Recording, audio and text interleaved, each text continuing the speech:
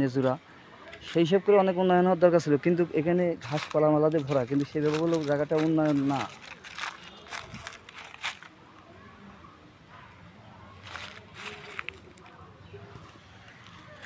এটা বলো আমাকে ঝিনাইদহ জেলা কালীগঞ্জ থানা মল্লিকপুরে অবস্থিত। অবশ্য আমাদের কালীগঞ্জের একটা ঐতিহ্য, এশিয়া মহাদেশের সবচেয়ে বড় বট গাছ।